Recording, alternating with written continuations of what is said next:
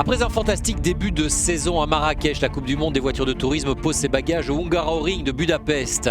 Le tourniquet hongrois est depuis longtemps un rendez-vous incontournable du supertourisme et le héros local, Norbert Michelis, aura un sentiment très particulier tout au long du week-end.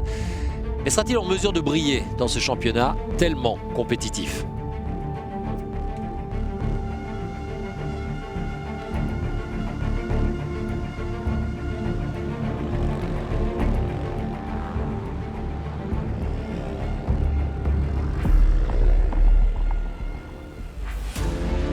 Dans la première qualif du week-end, c'est une démonstration que va réussir Nestor Girolami. Pour sa première saison en WTCR, l'Argentin signe déjà une pole qu'il devra confirmer en course 1.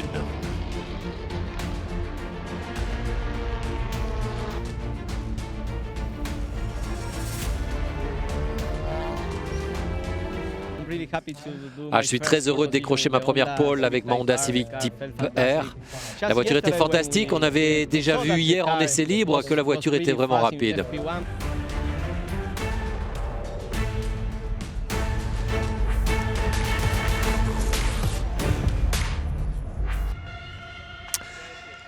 Et la première course est sur le point de s'élancer sur la grille de départ. On va retrouver en 5e position Yann Erlaché après un week-end relativement malheureux à Marrakech où il avait pourtant déjà montré qu'il était le plus rapide des pilotes Linkenko. Il partira depuis la 5e place. La belle surprise viendra d'Aurélien Panis, le jeune français au volant de la Cupra du team Come2You, a décroché la 4e place des essais. La confirmation que les Honda Civic sont à leur avantage en Hongrie. On l'a avec la 3e place de Guerrieri. Et côté tricolore, c'est Yvan Muller qui signe la meilleure performance. La Linkenko partira 2e, juste donc derrière Nestor Bébou Girolami et sa Civic du team allinkle.com.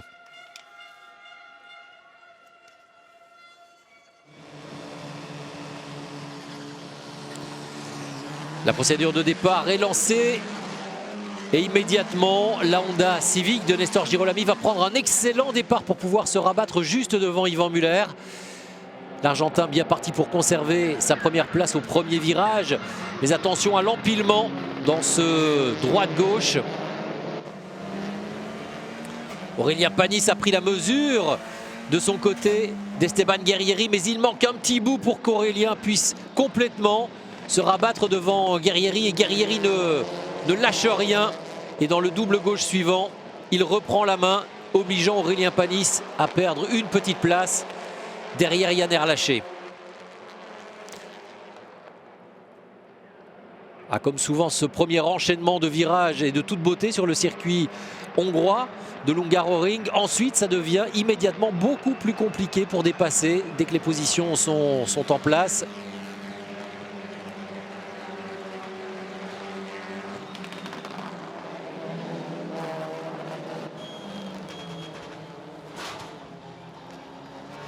Et les premiers petits coups pleuvent. Avec toujours devant Nestor Girolami. 4e place pour Yann Erlaché. 5e place pour Aurélien Panis.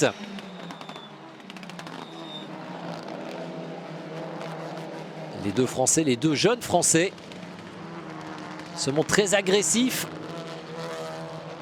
Mais Yann Erlaché pour le moment prend la mesure, contient les assauts du nouveau pilote Cupra.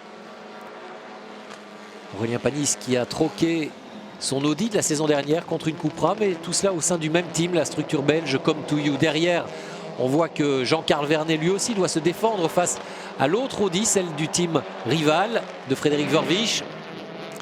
Et ça sort un petit peu large pour Aurélien Panis qui est allé toucher Yann Erlaché. Et visiblement quelque chose a cassé sur la voiture d'Erlaché. Jean-Carl Vernet en avait profité pour dépasser le Français. Mais quelque chose ne répond plus sur la voiture d'Erlaché. Et ce petit coup de Jean-Carl Vernet est certainement le chant du cygne aussi pour l'Alsacien. Suspension arrière qui a cédé. Et malheureusement, course terminée une nouvelle fois pour Yann Erlaché, décidément. Il n'est pas en réussite. Derrière, ça chauffe aussi avec Egloff qui se fait un peu poussé par Augusto Farfus qui était à l'intérieur ici. Yann Erlaché est revenu au stand et immédiatement on va travailler sur sa Linkenko afin de la réparer pour la deuxième journée avec un drapeau d'avertissement pour la voiture de Gordon Shedden pour non-respect des limites de piste. Il y aura pléthore d'avertissements distribués au cours de ce week-end et de nombreux chronos lors des essais également d'ailleurs annulés. Pendant ce temps, Nestor Girolami continue à caracoler en tête devant Yvan Muller qui n'est pas très loin, ceci dit. La troisième place pour Esteban Guerrieri dans le peloton. Ça s'astique toujours avec Benjamin Leuchter qui est allé lui aussi d'une petite poussette sur Niki Katzburg.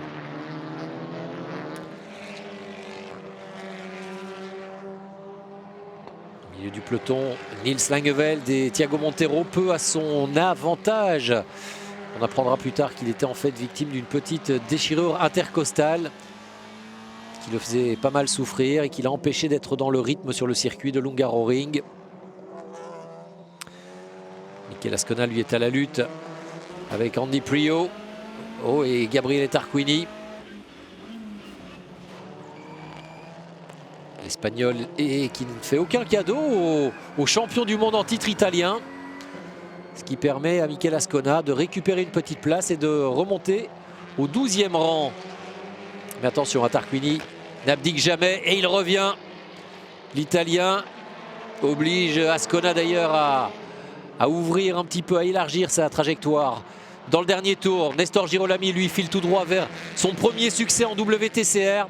Il va s'imposer devant Yvan Muller et Bebou. Finalement s'impose donc. La troisième place pour Esteban Guerrieri. Quatrième place pour Jean-Carl Vernet qui termine juste devant Aurélien Panis. 3 Français dans le top 5 avec la 6e place pour le Belge Frédéric Verwisch également. Mais c'est une très belle victoire que remporte Nestor Girolami après avoir dominé les essais. Il domine également la première course du week-end en Hongrie.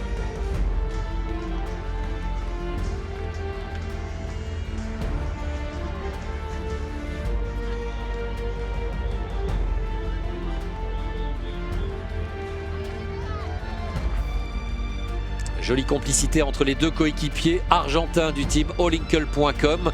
Nestor Girolami donc qui s'est imposé devant Muller et Guerrieri, son coéquipier. Vernet Panis complète le top 5. Björk et Kristoffersson marquent également quelques points importants.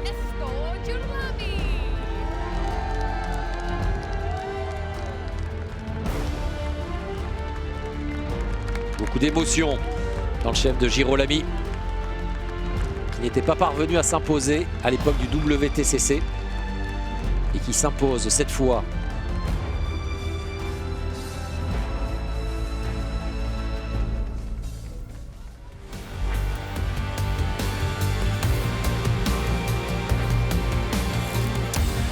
Norbert Michelis est le héros local, très déçu de sa 10e place de la veille. C'est lui qui s'élancera en pole position dans la 3e et dernière course du week-end pour le plus grand bonheur de ses supporters. Le Hongrois pourrait inscrire ses premiers points importants de la saison.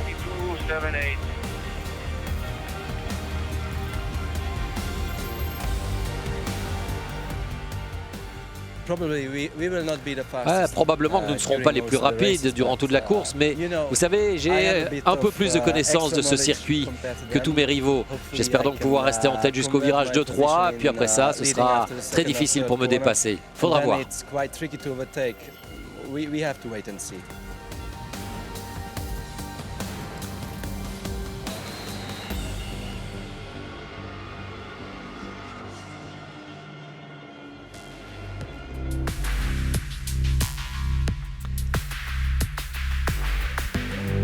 « 15 degrés à peine et de la pluie qui rend la piste de plus en plus humide et donc glissante. Voilà pour préfacer la course 2 qui s'annonce difficile et spectaculaire, peut-être même chaotique. Poleman pour cette course en grille inversée. Jean-Carl Vernet aimerait offrir un premier succès à Audi et WRT cette saison, mais le Lyonnais est perturbé par des fortes douleurs dentaires. Il n'y a pas d'âge pour les dents de sagesse. À ses côtés, sur la grille de départ, on retrouve le Suédois nouveau venu dans la catégorie Daniel Egloff au volant de sa Cupra. Et juste derrière, Augusto Farfus au volant de la Hyundai qui est 3e. Le départ est donné. Et dès le départ, hein, avec ces conditions d'adhérence précaires, eh bien on va assister vraiment à une course absolument folle. Egloff prend le meilleur départ. Et c'est lui qui tourne en tête. Jean-Carl Vernet s'est un petit peu loupé au moment de l'extinction des feux. Egloff se retrouve donc devant. Yvan Muller, lui, est au milieu du peloton cette fois-ci, après avoir décroché un podium la veille. Et s'être un petit peu loupé en qualif, ça va être difficile pour lui. En revanche, pour son coéquipier Ted Bjork, le départ a été bon.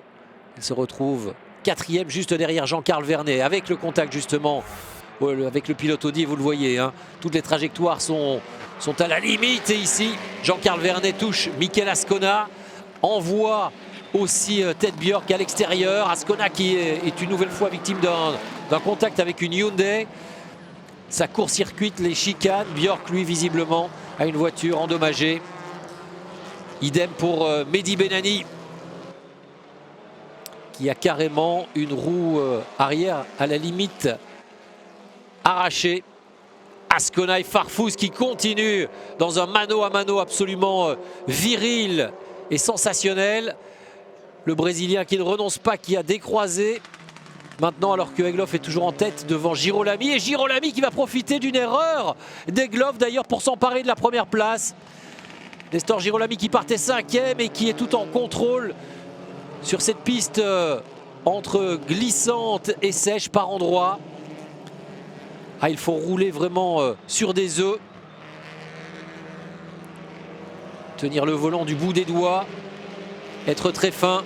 Et ça, Girolami, visiblement, sait bien le faire. C'est lui qui s'est donc emparé de la première place devant Egloff. Jean-Carl Vernet est 3e, mais même 2e maintenant. Ça y est, il dépasse Egloff dans cette ligne droite en profitant de la vitesse de l'Audi RS3. C'est son point fort. Mikel Ascona est 4e devant Augusto Farfus. Farfus à la lutte maintenant avec Yann Erlaché. Le contact entre le Brésilien et l'Alsacien. Mais c'est visiblement le Français qui a pris la mesure du petit Brésilien.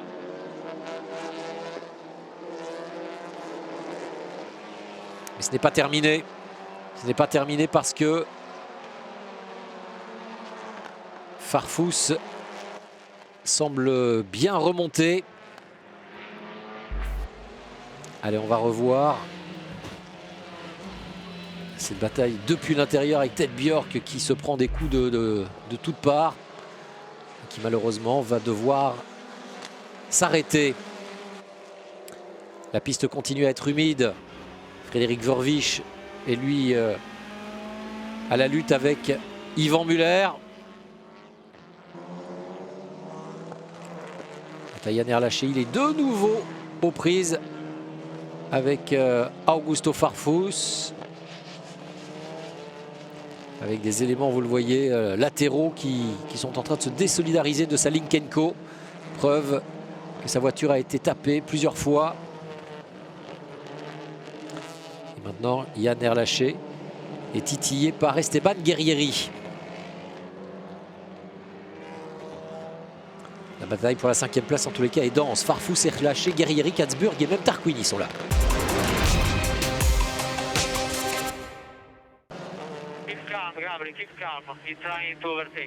Reste calme, Gabriele, dit-on à Tarquini dans cette course 2 du week-end hongrois qui est particulièrement intense. La raison en est essentiellement les conditions d'adhérence précaires sur cette piste à moitié humide seulement, qui a permis aux pilotes de partir en pneus slick, mais avec des conditions, je vous le disais, très piégeuses. Et Gabriele Tarquini qui est au contact avec son coéquipier Niki Katzburg, qui le pousse même un petit peu dans cette ligne droite, histoire de lui donner un peu plus de vitesse que la Honda d'Esteban Guerrieri, qu'il tente de dépasser. C'est chose faite pour Katzburg. Tarquini est toujours derrière Guerrieri, qui l'attaque, qui le touche, qui le pousse un petit peu même. Ah là, on a un duel de deux des pilotes les plus agressifs certainement du peloton 2019. Deux de ceux aussi qui veulent et qui peuvent aller chercher le titre mondial. Pendant ce temps-là, juste devant, eh bien on a un duel entre Augusto Farfus et Yann Erlaché, toujours pour la 5e place. Yann Erlaché qui se fait percuter par Gabriele Tarquini, quelle agression! Mais ça c'est vraiment le tournant de cette course pour Yann Erlaché, contrat à l'abandon après ce véritable attentat de Tarquini. Voilà, l'accident que j'ai eu hier avec Aurélien, je pouvais le comprendre, mais avec un gars comme Gabriele, je ne peux pas l'accepter. On essaie de faire de bonnes courses. Moi j'étais seulement en train de sauver ma place, je défendais même pas, je roulais sur ma ligne et il me rentre dedans. J'ai au moins été touché 100 fois dans cette course, donc franchement ça commence à m'énerver. Ouais, un garçon comme Gabriele Tarquini ne peut pas se comporter de la sorte, pas avec le talent, le palmarès, l'expérience qu'il a. Et pourtant, il faudra attendre longtemps avant qu'il soit inquiété par la direction de course. Alors qu'Ivan Müller, lui, est au contact avec Augusto Farfus. Ah, on a clairement monté d'un cran dans le niveau d'agressivité dans cette course. Ivan Müller légèrement en difficulté, attaqué et dépassé par Esteban Guerrieri. Derrière, on a les pilotes Hyundai, Farfus, puis Katzburg à la lutte avec Robuff. Le duel maintenant entre l'anglais et le brésilien est également très intense. Ouais, regardez, aucun des deux ne lâche. Finalement, Huff parvient à tourner dans cette chicane. Huff et Tassi maintenant qui sont également au contact. Alors que là, on approche de la fin de cette course pour la 7e place. En tous les cas, il y a une grosse bagarre et le clan Huff ne peut presque plus respirer. Quant à Gabriele Tarquini, ah ouais, son contact avec Ivan Müller aura été celui de trop. C'est lui qui finalement est victime d'une crevaison à l'avant droit. Pendant ce temps-là, Nestor Girolami reste en tête et va aller signer la passe de deux victoires consécutivement obtenues. Parce que Jean-Carl Vernet ne semble pas en mesure d'aller l'attaquer, même s'il n'est pas très loin du pare-choc arrière de la Honda Civic Type-R. Mais dans le dernier tour, Girolami reprend un petit peu d'avance et va s'imposer. Deuxième victoire donc du week-end déjà pour le pilote argentin Nestor Girolami.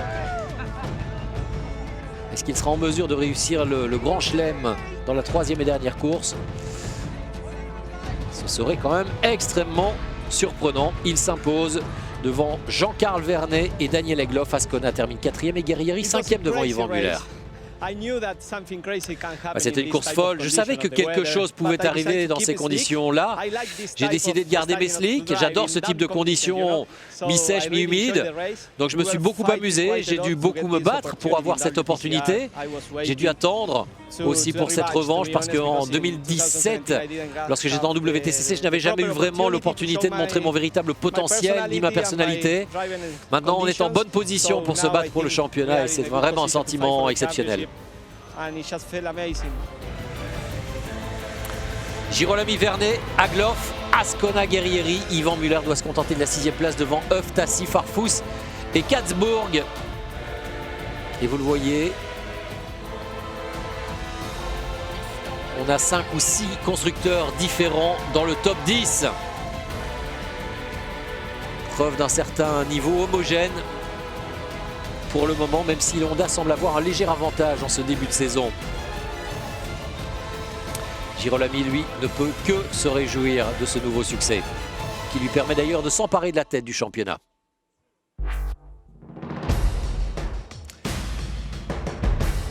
Il ne reste plus qu'une seule course et c'est Norbert Michelis qui va la débuter en pole position au volant de sa Hyundai et devant les fans hongrois. Venus peut-être un petit peu moins nombreux qu'à l'habitude, la faute à ces conditions météorologiques détestables en ce dimanche. Il fait froid, il fait gris, il fait humide, un petit peu moins que lors de la première course. Mais malgré tout, les essuie-glaces sont bel et bien nécessaires.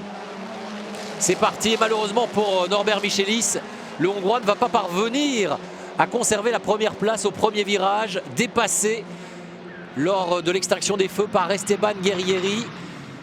Et rapidement, Gabriele Tarquini va venir lui aussi mettre la pression sur Michelis. Dans le peloton, évidemment, la bagarre, comme toujours, sur les 3 premiers virages de l'Hungaroring est intense. Chacun cherchant à se faire sa place. Et Gabriele Tarquini a bien pris la mesure de Norbert Michelis. Ce qui veut dire que pour le Hongrois, ça va devenir bien compliqué avec un de ses coéquipiers devant d'aller décrocher une 3e victoire pour lui sur ce circuit hongrois. Andy Priaulx qui sort large, poussé, on va le voir dans un instant, par son coéquipier Yvan Muller. Et pour cette attaque un petit peu loupée d'Yvan, eh bien ça va lui coûter cher, ça lui coûtera une pénalité. Ce qui détruira totalement la course du Français et ses espoirs d'aller marquer quelques points. Sorry, I did push Andy, but he was very not on purpose. Allez, Yvan Muller qui s'excuse d'avoir poussé son propre coéquipier.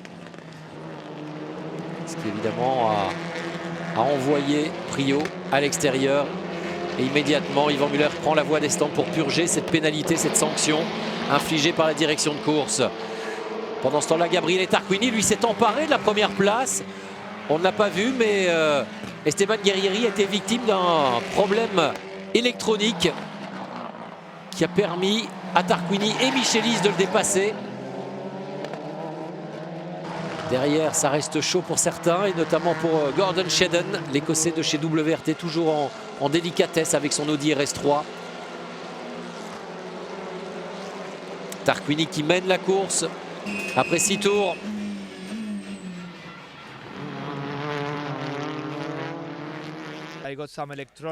Ouais, j'ai eu quelques problèmes électroniques avec des voyants jaunes qui s'allumaient sur mon tableau de bord et mon moteur s'est coupé pendant 1 ou 2 secondes.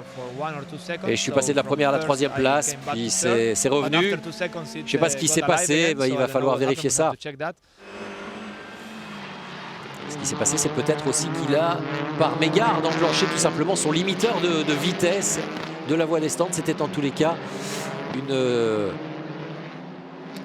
possibilité émise par notre consultant Nathanaël Berton.